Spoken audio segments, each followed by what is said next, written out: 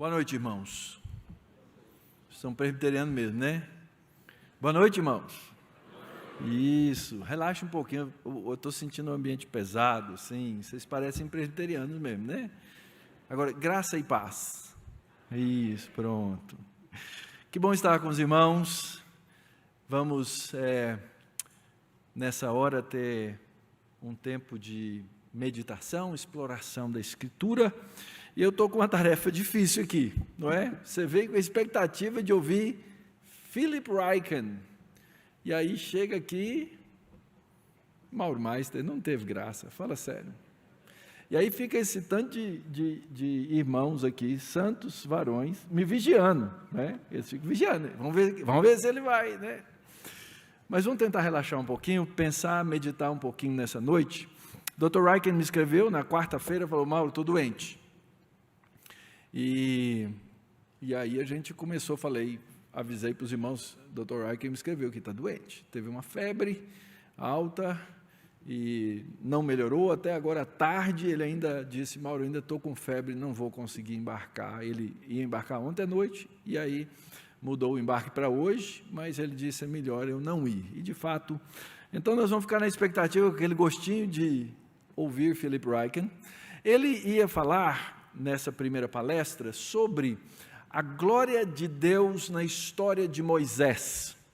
E quando eu fiquei sabendo que então ia substituí-lo, eu procurei alguma coisa semelhante, e eu então intitulei a minha mensagem dessa hora, Descobrindo a Glória de Deus na História do Tabernáculo, mais especificamente no livro de Levítico. Se é que vocês já estão tensos, né? Agora a tensão vai subir, não é? Um irmão convertido há 1, 2 anos lá na nossa igreja, começou a ler a Bíblia, leu o livro de Gênesis.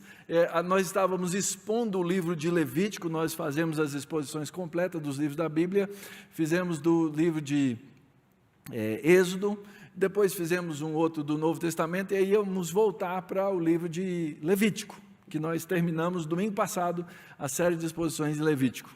E ele, quando a gente anunciou, ele começou a ler. Ele chegou para mim e falou assim: pastor, paciência, eu não estou entendendo nada. Então eu vou começar aqui com 3 perguntas para vocês. Quem aqui já leu o livro de Levítico? Levanta a mão, seja sincero. Olha aí, presbiteriano é assim mesmo, faz o plano anual de leitura da Bíblia, lê, já leram Levítico, tenho certeza que vocês não pularam as genealogias e os números, a lista de números, crentes fiéis, é isso aí? Muito bem. Agora a segunda pergunta, dos que responderam, tá? Porque os outros não leram, né? Quem entendeu o livro de Levítico, levanta a mão. Eu vejo uma timidez, né? E desses que timidamente levantaram a mão assim, deixa eu fazer uma pergunta assim: quem gostou? Difícil de ler o livro de Levítico, né? É um livro extremamente complexo. Ele tem uma característica de um tempo da história do povo de Deus que era muito peculiar àquele tempo. A língua está distante, os rituais estão distantes, o nome está distante. O nome do livro de Levítico na língua hebraica é Vaikra. O povo, os judeus, eles dão o nome a um livro bíblico do Antigo Testamento, a primeira expressão que aparece no livro. Então, Gênesis significa Bereshit, no princípio, e o livro de Levítico chama E chamou. Por quê? Porque a primeira expressão que aparece no livro é E chamou Deus a Moisés. Então o nome do livro é E chamou. Os irmãos que traduziram para o grego que perceberam que o texto tratava finalmente a respeito da condição dos levitas e do trabalho dos levitas, e então deram o nome Levíticos. Mas o livro é mais do que isso. O livro não fala só do trabalho dos levitas. O livro fala, de maneira geral, da vida do povo de Deus e Deus morando no meio do seu povo. E como é que essa relação haveria de se desenvolver? E essa é uma das razões pelas quais nós não só podemos ler o livro de Levítico, devemos ler o livro de Levítico, temos que entender o livro de Levítico e, finalmente, deveríamos gostar do livro de Levítico. E depois de 30 exposições no livro de Levítico, lá na nossa igreja, eu escrevi hoje para os irmãos, olha, eu vou falar num congresso agora sobre Levítico, quem tiver com saudade pode acessar o link.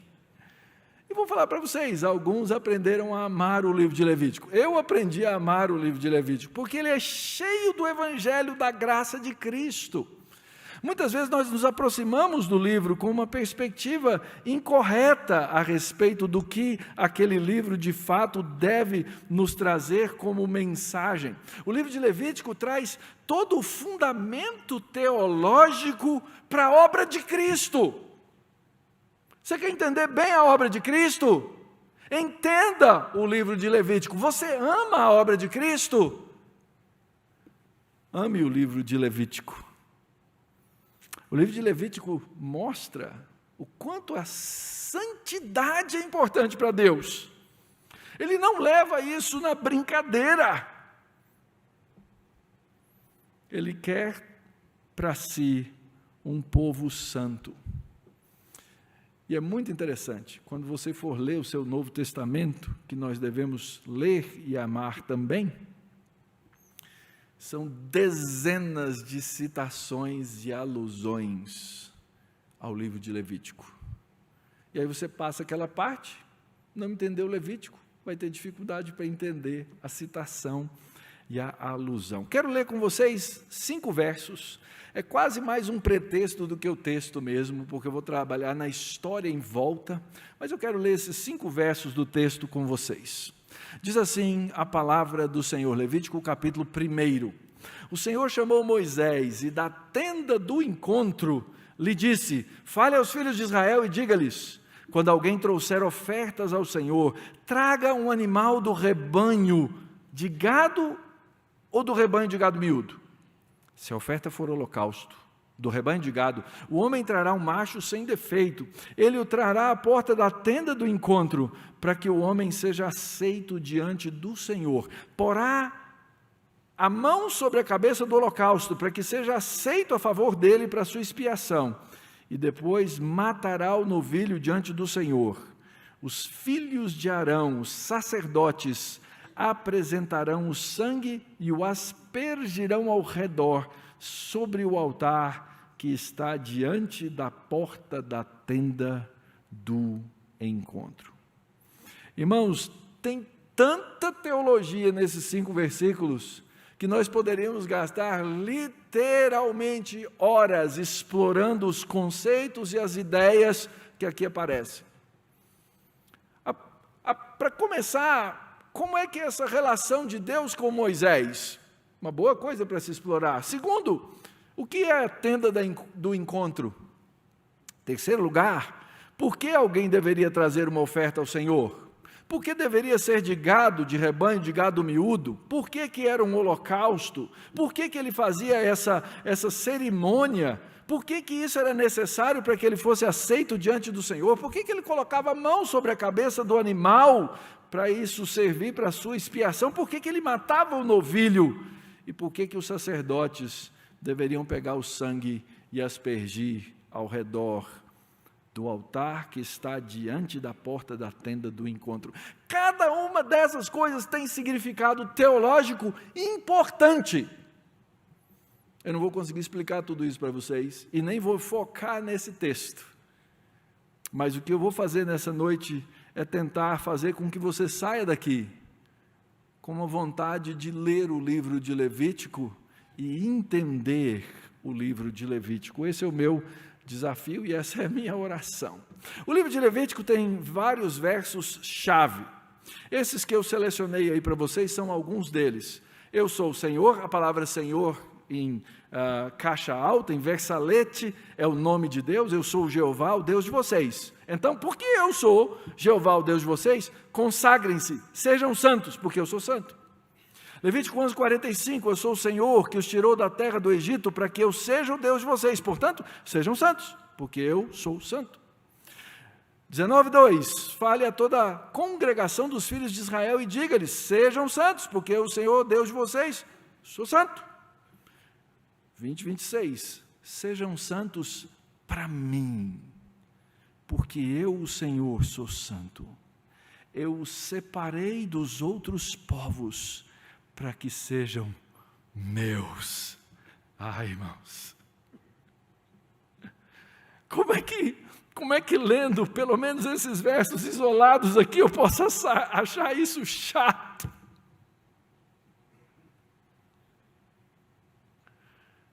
Como é que eu posso não gostar de uma mensagem na qual Deus diz, eu quero ser o Deus de vocês e eu quero vocês santos para mim?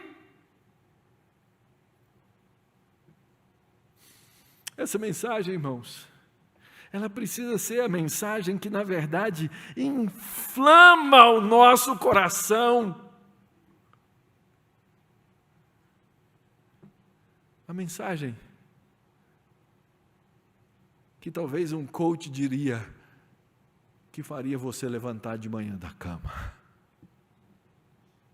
Hoje de manhã eu vou levantar, sabe para quê? Porque eu quero ser santo para Deus. Porque eu quero ser dele. E para fazer isso, queridos, Deus disse, Levítico 10:10, vocês precisam fazer diferença entre o santo e o profano, entre o impuro e o puro. A história de Levítico, irmãos, ainda que seja um livro de lei, ela é a história de Deus vindo morar no meio do seu povo. Essa é a história de Levítico. Eu vou morar no meio de vocês. E para entender isso, nós precisamos entender todo um contexto que existe na história do tabernáculo e na história dessa legislação que Deus entregou a seu servo Moisés, para que ele entregasse aos sacerdotes e os sacerdotes ensinassem ao povo. Eu não sei quem foi o fotógrafo que fotografou o tabernáculo, mas, aliás, é interessante, lá em Israel, no deserto de Timna, tem um tabernáculo em escala, do tamanho real, que você pode ir lá visitar, muito legal, muito bacana. Mas a gente sabe tantos detalhes do tabernáculo, e os desenhistas conseguem desenhar isso, sabe por quê? Porque Moisés subiu no Monte Sinai, e o texto diz que Deus mostrou um modelo para ele. Eu fico imaginando Moisés descendo do monte, chamando os artífices, chamando aquelas pessoas, falando, é assim, ó, e tem toda uma descrição. Na arquitetura, nós chamaríamos isso de descritivo do projeto desenhado. Então tinha uma maquete e tinha descrição. Moisés aparentemente não desceu com o modelo que Deus havia mostrado, mas ele desceu com a descrição. E aí então eles iam fazer aquelas coisas, e o que acontecia era que Moisés dizia, não é assim não, é assim, eu vi. Não é desse jeito, é daquele outro jeito. O que aconteceu aqui, meus irmãos? E aí a gente precisa caminhar na história da redenção do povo de Deus. Êxodo capítulo 25, o livro que antecede Levítico, diz assim, versos 8 e 9, e farão para mim um santuário para que eu possa habitar no meio deles. Deus disse, eu vou morar no meio de vocês, eu vou fazer a minha tenda no meio da tenda de vocês. Então vocês vão fazer esse santuário, segundo verso 9, Êxodo 25, 9, segundo tudo que eu mostrar a você como modelo do tabernáculo e como modelo de todos os seus móveis, assim mesmo vocês o farão. Êxodo 29, verso 45, e eu habitarei no meio dos filhos de Israel e serei o seu Deus, e saberão que eu sou o Senhor, seu Deus, que os tirou da terra do Egito para habitar no meio deles. Eu sou o Senhor, o Deus deles. E aqui então eles estão nesse processo, nesse caminho. Como é que Deus encontrou o povo? Ora, Deus vinha comunicando-se com Moisés. Moisés era o mediador naquele período para trazer a mensagem de Deus, o profeta para trazer a mensagem de Deus ao povo. E a gente conhece a história de Moisés, conhece a história dele sendo criado no palácio de Faraó, fugindo, depois voltando e todo o processo da libertação. Eles caminhavam já há algum tempo no deserto, e chegaram ao Monte Sinai. E até então era Deus falando com Moisés. Deus não havia falado com o povo de Israel ainda. O povo de Israel tinha visto as coisas que Deus fez, como ele abriu o mar, como ele trouxe as pragas, tudo aquilo, mas Deus não havia falado com o povo. Só que um dia, Deus desce em cima da montanha. A descrição era para deixar o pessoal mais atônito do que vocês estão aqui, assim, calados, com o coração apertado. Diz que a presença de Deus em cima do monte era assustadora. Eles chegaram a dizer para Moisés: Moisés, é o seguinte, vai lá você. E Deus disse: e se alguém tocar no monte, até bicho morre.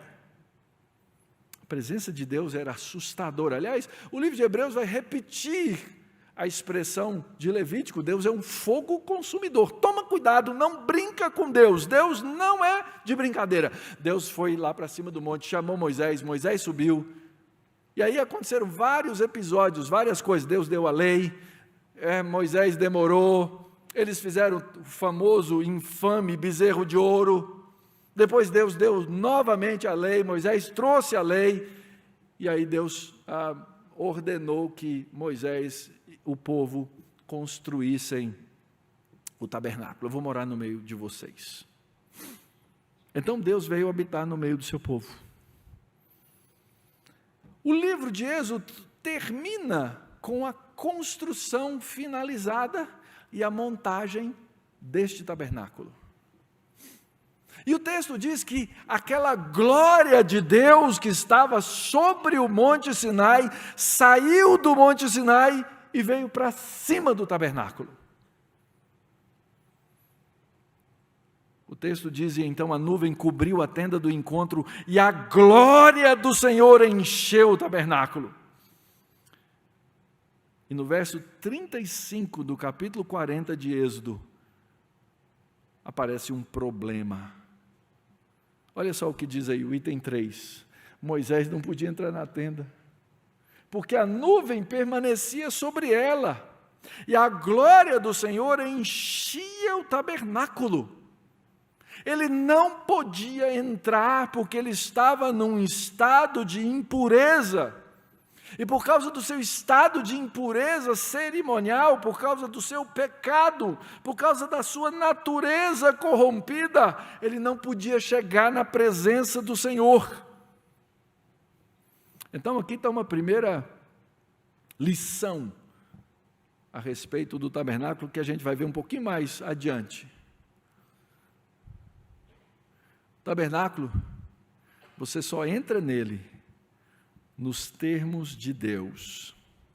Não tente se aproximar da presença de Deus nos seus próprios termos. E quais eram os termos de Deus para que alguém entrasse na sua presença? Sacrifício. Por isso que a gente leu, por isso que eu li esses primeiros versos do capítulo 1. Um homem que trouxer uma oferta ao Senhor, tomará do gado de rebanho miúdo, trará à porta, e ele o imolará, e ele vai ser queimado no altar do holocausto. Esse primeiro altar que aparece ali, ele era de brasas eram feitas para que o sacrifício fosse queimado. Você não entra sem derramar sangue e sem trazer oferta diante de Deus. Mas o tabernáculo, ou Deus morando no meio do seu povo, tinha uma outra lição bem interessante. Essa outra foto aí deve ter sido feita com um drone, não é? Que mostra o acampamento todo, né? O tabernáculo representava pureza e ordem. Deus ordenou exatamente qual seria a posição de cada um. todas as tendas no acampamento de Israel tinham que ser voltadas para o tabernáculo. Um israelita acordava de manhã, levantava os olhos, ele viria o sol, mas ele veria a presença de Deus no meio do seu povo. Então nós temos toda uma ordenação que acontece em volta do tabernáculo. Moisés e Arão na tenda da frente, próximo à porta. Depois os outros levitas, coatitas, mearitas e etc. Aqueles nomes que enrolam a língua da gente. E depois cada tribo no seu lugar.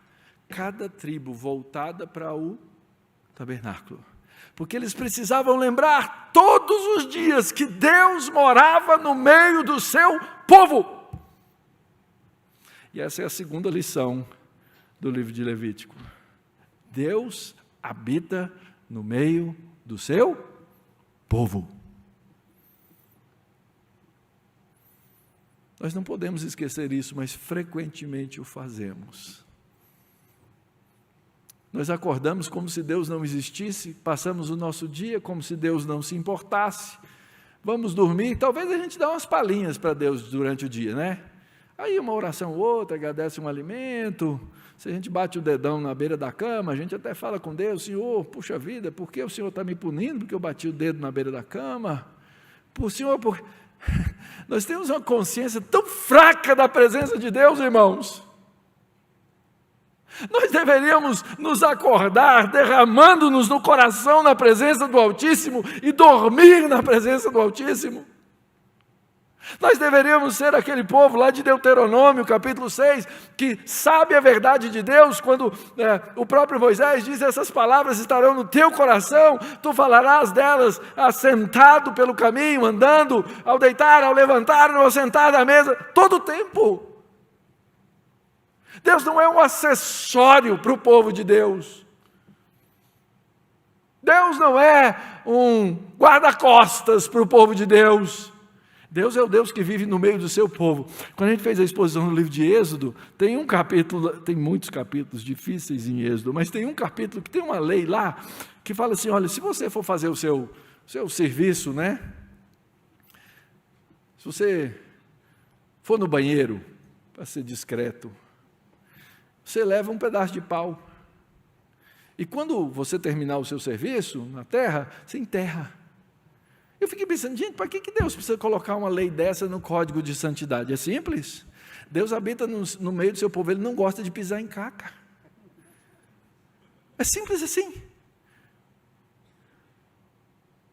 E aí então nós recebemos todo esse código legal que deveria expressar a pureza e a ordem do povo de Deus, porque Deus vive no meio do seu povo. Mas eles tinham um problema. A nuvem, que era o símbolo visível da presença de Deus, impede que aqueles que deveriam entrar na sua presença, entrem. E se eles entrassem de forma impura, eles morreriam. Então, queridos, essa história, a história do tabernáculo, é a história de Deus abrindo a porta da sua casa. Deus abrindo a porta. Pensa que, vou voltar um slide aqui, pensa que a casa de Deus tem um pátio, e chama assim mesmo. Depois tem uma sala, que se chama Santo Lugar, e depois tem a sala do trono de Deus, o quarto de Deus, a intimidade de Deus, que é o Santíssimo Lugar. Deus está abrindo a porta da sua casa. Isso faz parte de uma história maior, que é a história do Pentateuco como um todo. O que é o Pentateuco? São os 5 livros de Moisés, começando de Gênesis, Êxodo, Levítico, Números e Deuteronômio. Cada um tem uma específica história. A história de Gênesis é como Deus criou o homem para adorá-lo. Está lá na primeira pergunta do nosso catecismo. Qual o fim principal do homem? Glorificar a Deus. Deus criou o homem para isso. É daí que os nossos divines tiraram essa ideia. Deus criou para adoração, mas por causa do pecado o homem foi afastado. Deus prometeu que faria uma semente santa. E então, essa quádrupla história da Bíblia, essa metanarrativa, que é criação, queda, redenção e consumação, ela aparece toda no livro de Gênesis. E a redenção é o restante da Bíblia, Deus mostrando no restante da Bíblia como Deus vai libertar o seu povo das diferentes situações nas quais esse povo se mete ou Deus os coloca. E a gente sabe que o povo, no final do livro de Gênesis, foi parar por causa da fome no Egito. E lá eles se tornaram escravos. Então a história do livro de Êxodo é a história da libertação. E é quando Deus fala, eu vou morar no meio do meu povo. E então nós encontramos o livro de Levítico. O livro de Levítico são as regras da vida e da comunhão com Deus. Já parou para pensar? A gente olha lá Levítico e fala assim, um mundo de regra que é lá para o tabernáculo. Nada disso. O texto fala das coisas da vida. O que você come, o que você não come. O que acontece quando você está doente, quando você tem doença de pele. Quando você está com fluxo. Gente, eu tive que pregar em Levítico falando sobre fluxo masculino e fluxo feminino. Está lá. É a palavra de Deus. Nós temos que aprender, o povo de Deus precisa aprender. E tem mensagem do Evangelho em todas essas coisas. Sabe por quê? Sabe qual é a mensagem principal? Gente, Deus se importa. Sabe quando você, irmã, está naqueles, a gente chama naqueles dias difíceis do mês? Deixa eu falar uma coisa para você. Deus se importa. Deus se importa com tudo. Não há nada que esteja fora da santa vista de Deus. Ele colocou isso na palavra dele. Então Deus se importa com as coisas corriqueiras. Deus se importa com as nossas lutas. Deus se importa com os nossos incômodos, com os nossos estorvos. Mas o fato é que essa é uma mensagem do livro de Levítico. Deus se importa. E aí depois nós temos o livro de Números. O livro de Números é uma caminhada cheia de tropeços. Deus veio morar no meio do povo dele e eles falaram assim, agora vai caminhar tudo legal. Mas não foi bem assim não. Quantos tropeços. E finalmente o livro de Deuteronômio. A chegada na terra da promessa. Aquela terra que Deus tinha prometido para Abraão, eu vou te dar uma terra, eu vou fazer você numeroso. A mesma terra que Deus criou no princípio criou Deus os céus e a terra. Aquela terra na qual Deus colocou nossos primeiros pais para viver. Aquela terra que Deus disse, sede fecundos, multiplicai-vos, enchei a terra. Essa é a terra que o povo de Deus vai chegar. Então, no meio da mensagem do Pentateuco, está o livro de Levítico. Ele é o centro da mensagem. E tem uma razão para isso. Eu vou voltar na história, lá no comecinho dela, quando o homem desobedeceu pela primeira vez a lei de Deus e quebrou aquilo que a nossa confissão chama de o pacto de obras. Lembra, o que tinha lá no jardim? Tinha muitas árvores, e tem duas árvores que são nominadas, não é isso? Quais são? A árvore da vida e a árvore do conhecimento do bem e do mal. Qual foi a árvore da qual nossos pais primeiro tomaram e comeram? A árvore do conhecimento do bem e do mal. A árvore que Deus havia dito o quê? Não comam. O que faltou aos nossos primeiros pais naquele momento? Faltou para eles um negócio chamado fé. Mas pastor, mas fé lá? Tinha que ter fé? Lá em Gênesis? Tinha. Tanto é que eles não tiveram. Deus falou assim, olha, tenha fé que você pode comer dessas árvores. E tenha fé de que você não pode comer dessa árvore, porque você comendo você vai morrer. Eles viraram e falaram assim, acho que não. Eu confio mais no capeta. Eu confio na serpente. Eu acho que a serpente está certa e Deus está errado. Eles não creram! E porque eles não creram, morreram. Deus os expulsou do jardim, com muita graça, viu? Porque Deus podia não ter voltado no jardim, podia não ter aparecido, podia deixar, larga tudo que eles vão morrer mesmo. Mas Deus voltou, Deus chegou lá, Deus confrontou, Deus perguntou, Deus diz, onde você está? O que vocês fizeram? Quem fez saber que estavam nus? Se chama graça, irmãos. Se Deus não os amasse, Ele os teria abandonado. Amor bíblico é o amor que pergunta e que confronta pecado.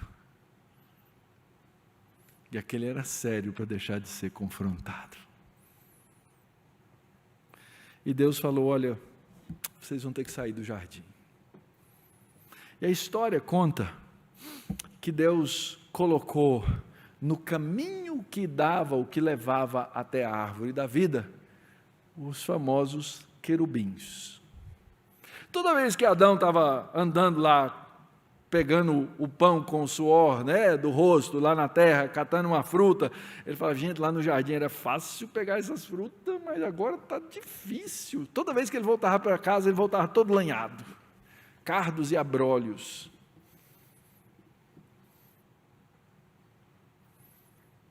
E ele chegava perto, ele via os querubins, com espadas na mão, refulgentes. E aquilo significava o quê? Cuidado. Esse caminho aqui é perigoso. Chegar na presença de Deus, de maneira impura, é extremamente perigoso.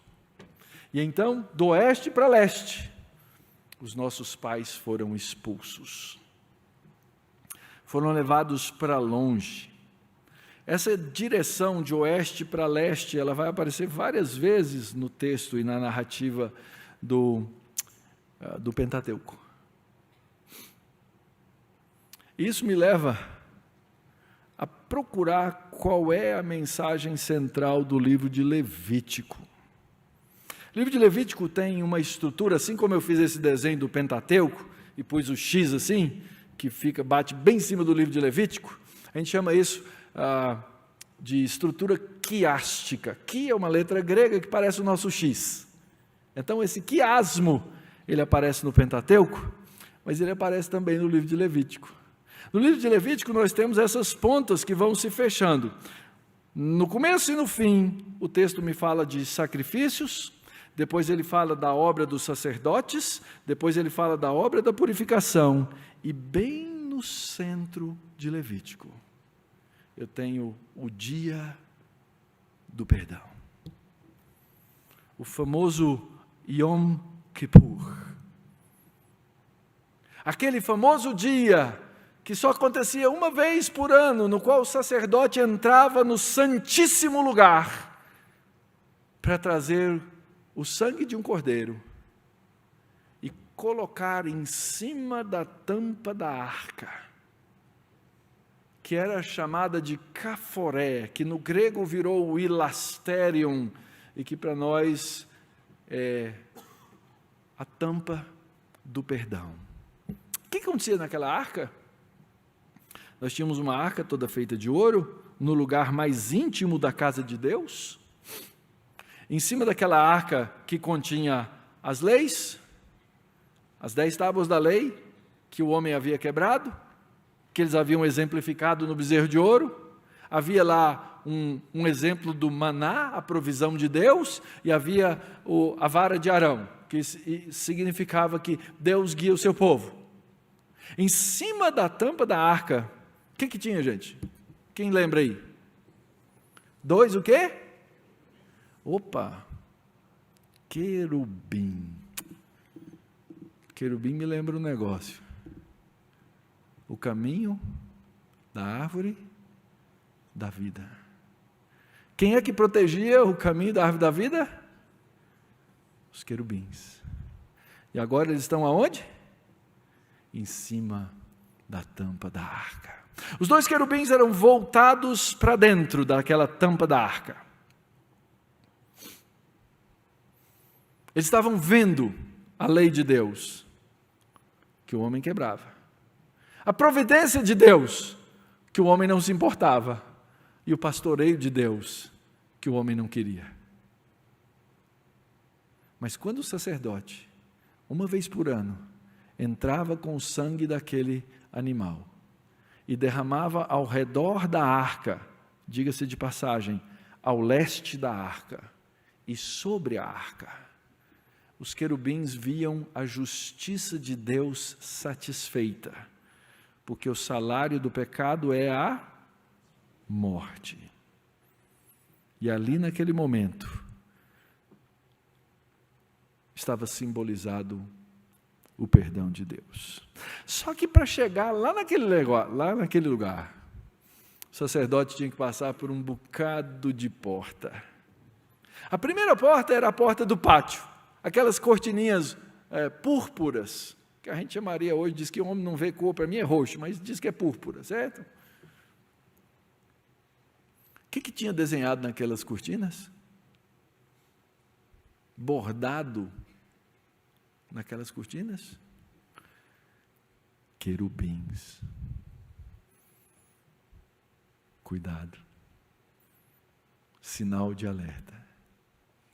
O sacerdote entrava daquelas portas, os animais eram imolados, ele passava, ia naquela bacia de bronze, fazia uma limpeza cerimonial, ritual, imolava o animal, colocava em cima do altar do holocausto, queimava essas ofertas, aspergia sangue, para que ele pudesse entrar no santo lugar. O santo lugar, gente, era uma caixa de ouro, tinha uma cortina de cá e outra de cá, nas suas paredes e no seu teto, tudo ouro. Lá dentro tinha um candelabro de ouro, que representava a árvore da vida. Do outro lado, uma mesa de ouro, com os pães da proposição, oferta a Deus. E bem diante de uma imensa cortina, que separava o santo lugar do Santo dos Santos, tinha o incensário. E aquele incensário ficava ali na frente, e na frente do incensário, sabe o que tinha bordado lá? Querubim. Cuidado. Entrar na presença de Deus não é brincadeira. Deus só admite puros e santos na sua presença. Certamente sacerdotes tinham o serviço mais perigoso do mundo. Deviam se aposentar por insalubridade com 23 anos de idade. Não passava dos 30. Não. Gente, eles estavam diante da morte o tempo inteiro. Não era brincadeira. Se fossem seletistas, era aposentadoria cedo. Viviam uma vida de perigo para chegar na presença de Deus. Mas isso porque Deus estava trazendo, por meio dos mediadores, o seu povo de volta à sua presença. Eu moro no meio do meu povo. O que estava sendo resolvido aqui na história do tabernáculo? Deus é santo, os homens são pecadores. Deus disse, sejam santos, mas todos pecaram, todos carecem do quê? Da glória. O que é isso, gente? O que é todos carecem da glória de Deus? Como é que começou a história do tabernáculo? Deus veio e se colocou em cima do tabernáculo. A glória de Deus se fez presente e ninguém podia entrar lá dentro. A história de Levítico no tabernáculo é a solução dos problemas. Porque o salário do pecado é a morte, a vida está no sangue, era necessário derramar sangue para entrar na presença do santo. E por isso o texto insiste, sejam santos, porque o Senhor vosso Deus sou santo.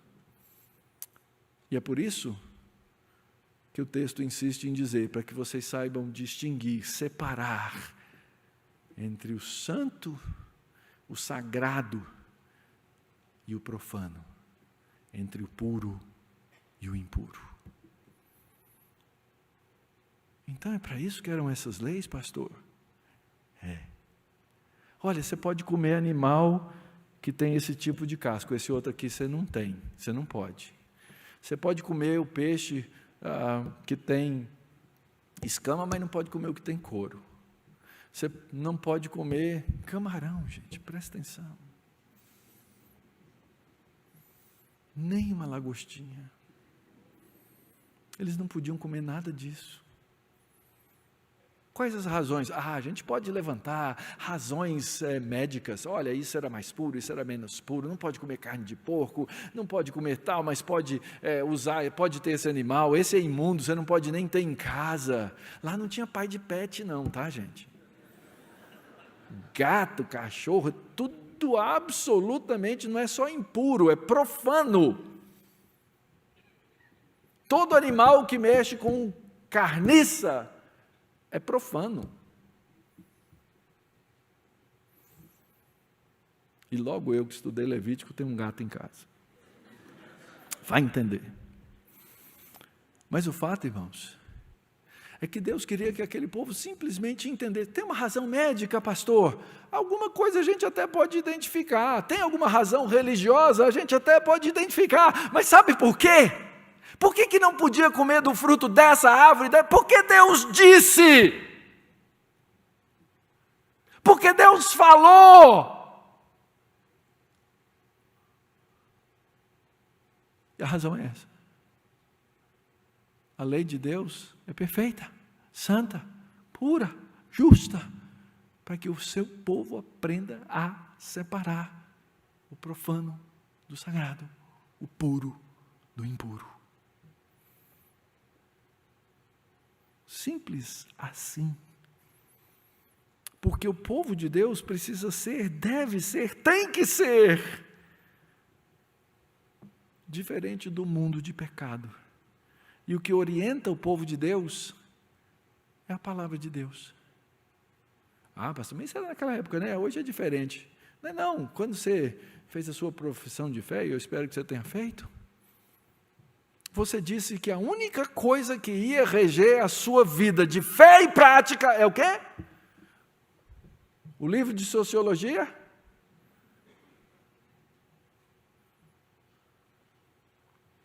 O coach? Ou o pastor? Palavra de Deus.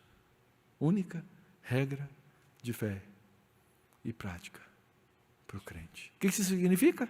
Que tudo que você vai fazer e tudo que você crê tem um fundamento na palavra de Deus. Para que serve o livro de Levítico? O livro de Levítico é a chave para eu entrar na casa de Deus. O livro de Levítico é a porta que eu tenho para me aproximar do Deus Santo e Altíssimo. Esse é o problema que foi resolvido. Essa é a provisão de Deus.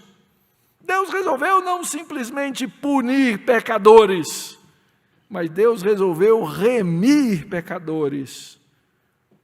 E Ele fez isso por meio dessa legislação. Então vamos pensar aqui comigo na história, vamos pensar no sacerdote que tinha sido designado para entrar lá. A primeira porta tinha o quê?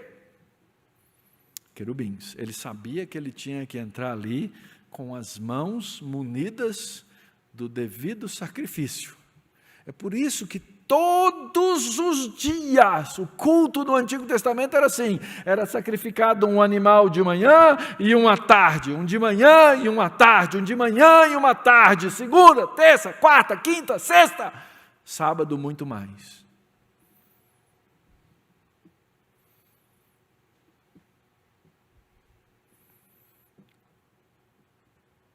Só os sacerdotes podiam entrar lá, só um mediador.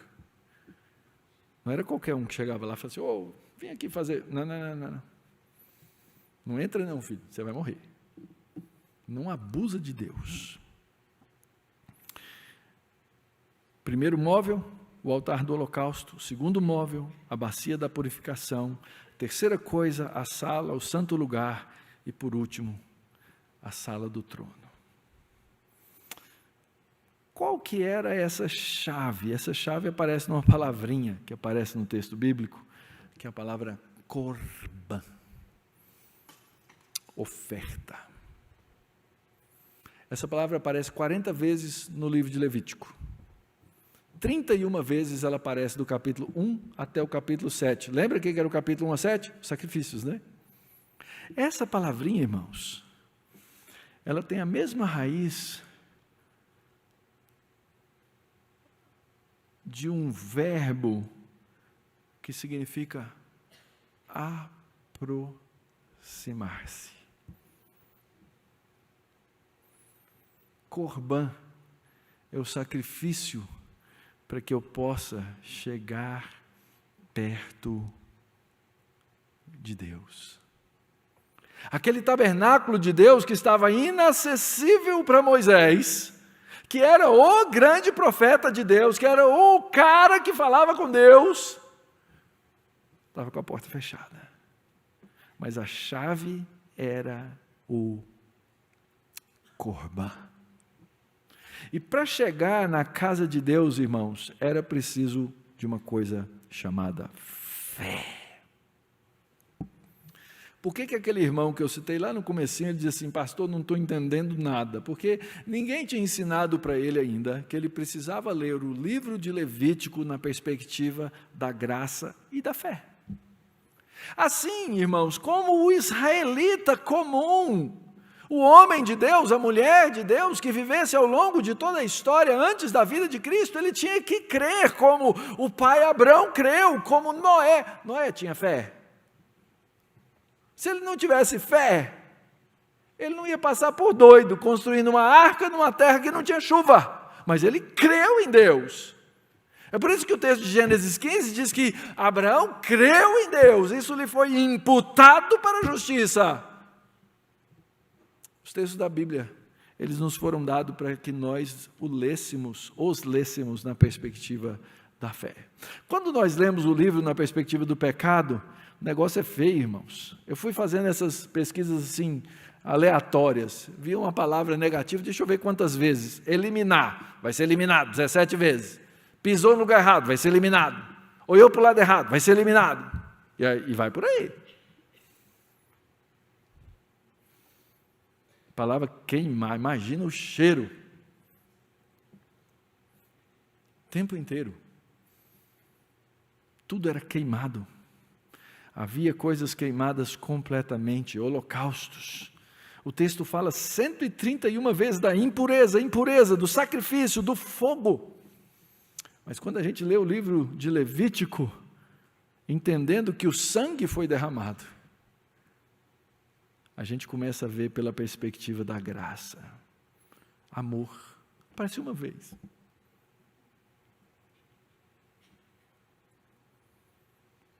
Aliança. 10 vezes. Oferta. 216 vezes.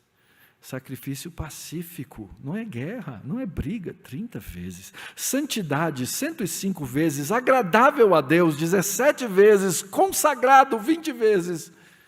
E o resgate, 31 vezes. Por que eu tenho que ler o livro de Levítico na perspectiva da fé, irmãos? No derramar da graça de Deus, em primeiro lugar, porque, de fato, sem fé é impossível agradar a Deus. Porque é necessário que aquele que se aproxima de Deus creia que Ele existe. E não só isso, que Ele recompensa os que o buscam. Quem levasse um sacrifício na porta daquele tabernáculo, estava buscando a presença de Deus pela fé.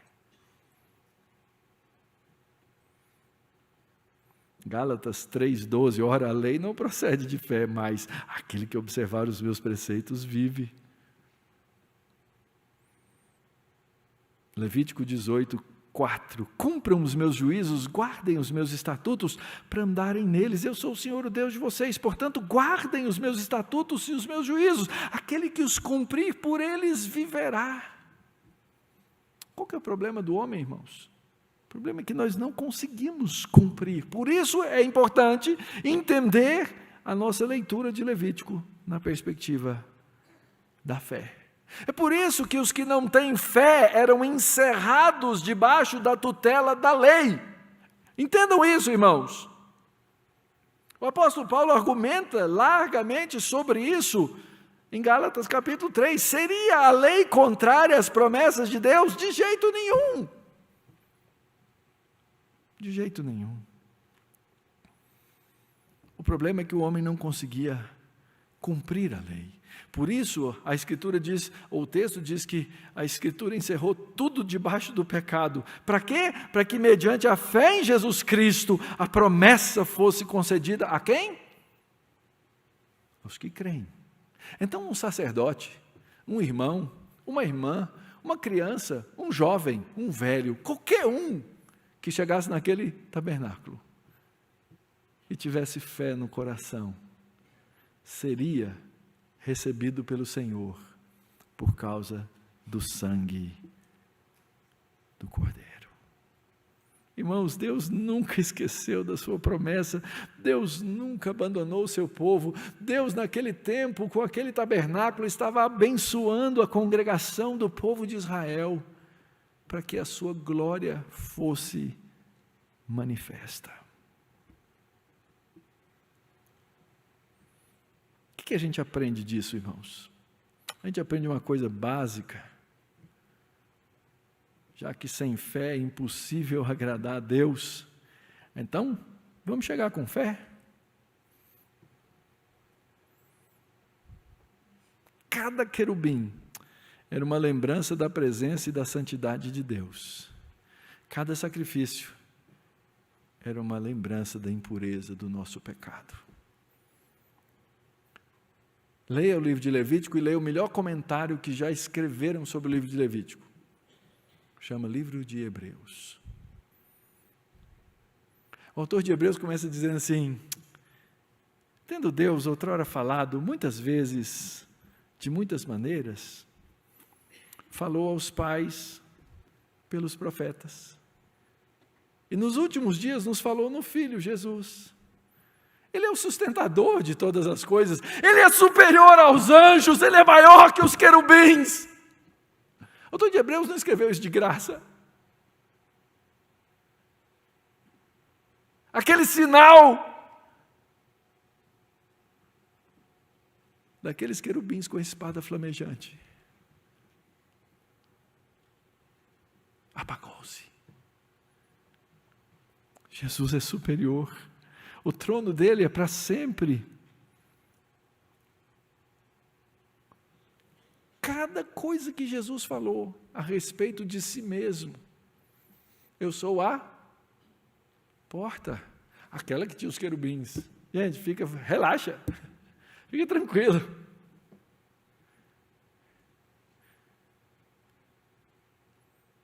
Eu sou a luz. Eu sou o pão. Eu sou o Cordeiro. Irmãos, aquele sumo sacerdote todo paramentado, cada detalhe belíssimo da sua roupa, no dia do Yom Kippur, no dia do perdão, ele tinha que tirar aquela roupa todinha. E ele entrava com uma túnica branca.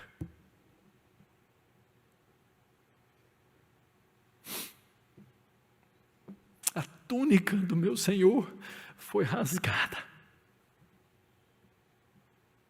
para que ele pudesse ser visto e enxergado como o meu sumo sacerdote.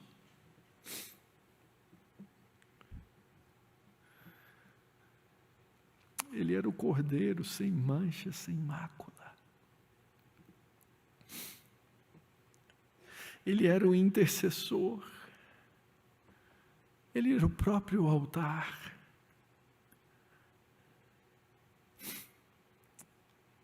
Ele é o justo juiz.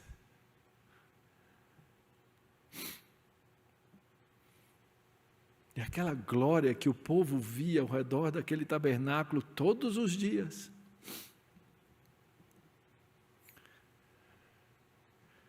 Veio morar entre nós. É o comentário de João no primeiro capítulo. E ele tabernaculou, montou a sua tenda no nosso meio. E nós vimos a sua glória.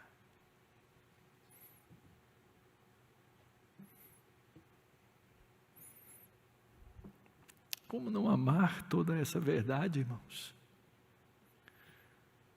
Como não amar toda essa história de Deus espalhada por toda a Escritura?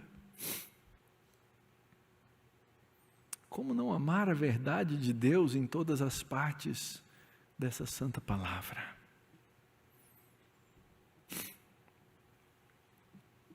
Algumas aplicações aqui, irmãos.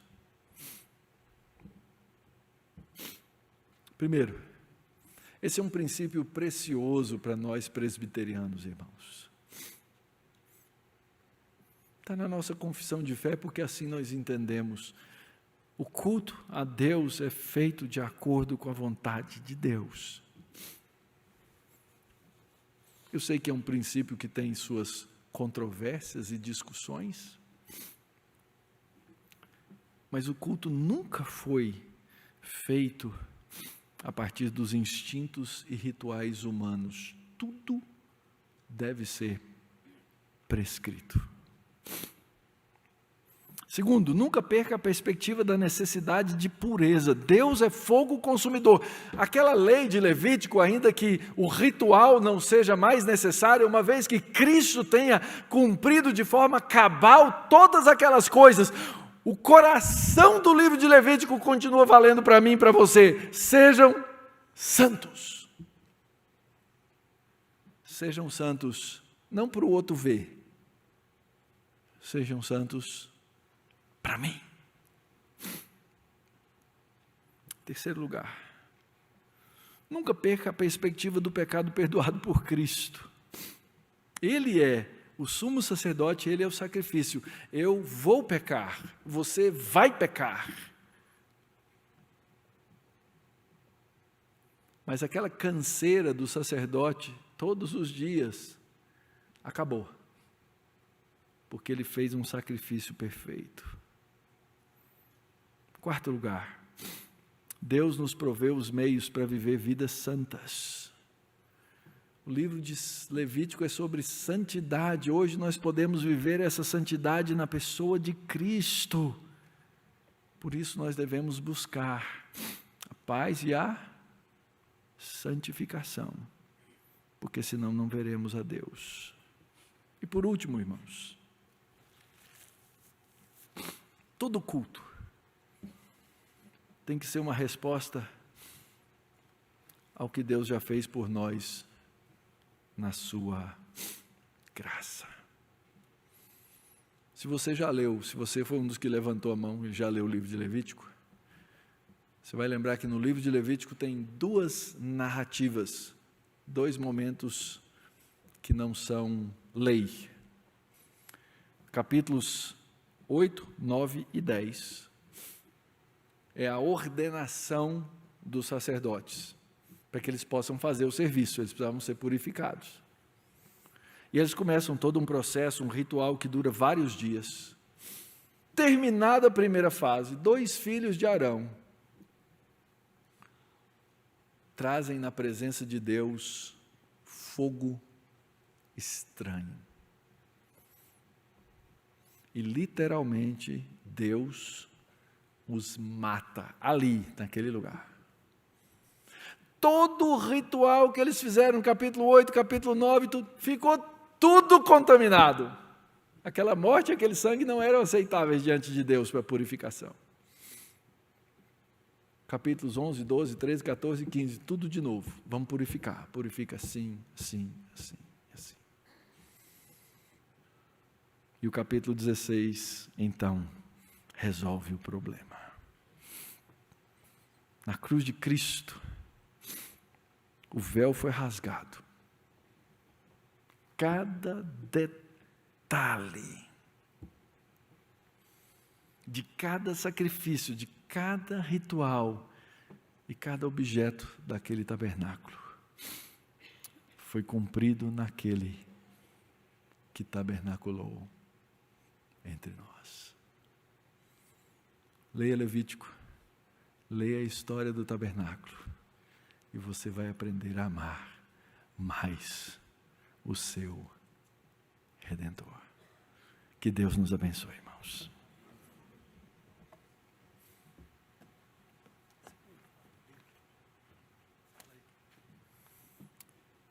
Lá no comecinho, vou voltar aqui os slides, é um bocado de slide para voltar.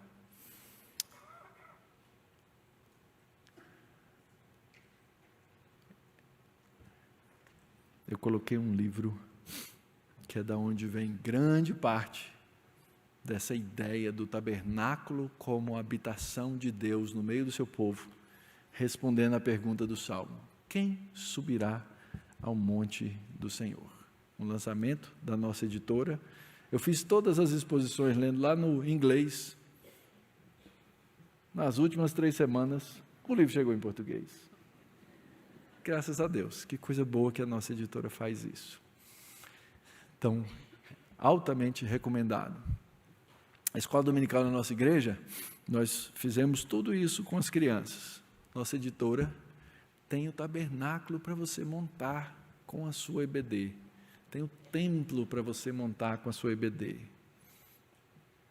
Não deixe de usar esses recursos. Até para vocês aqui, que são grandões, um desenho ajuda, não ajuda? Então, use com as crianças, com abundância. E falem de Cristo, falando de Levítico. Agora eu cumpri meu papel.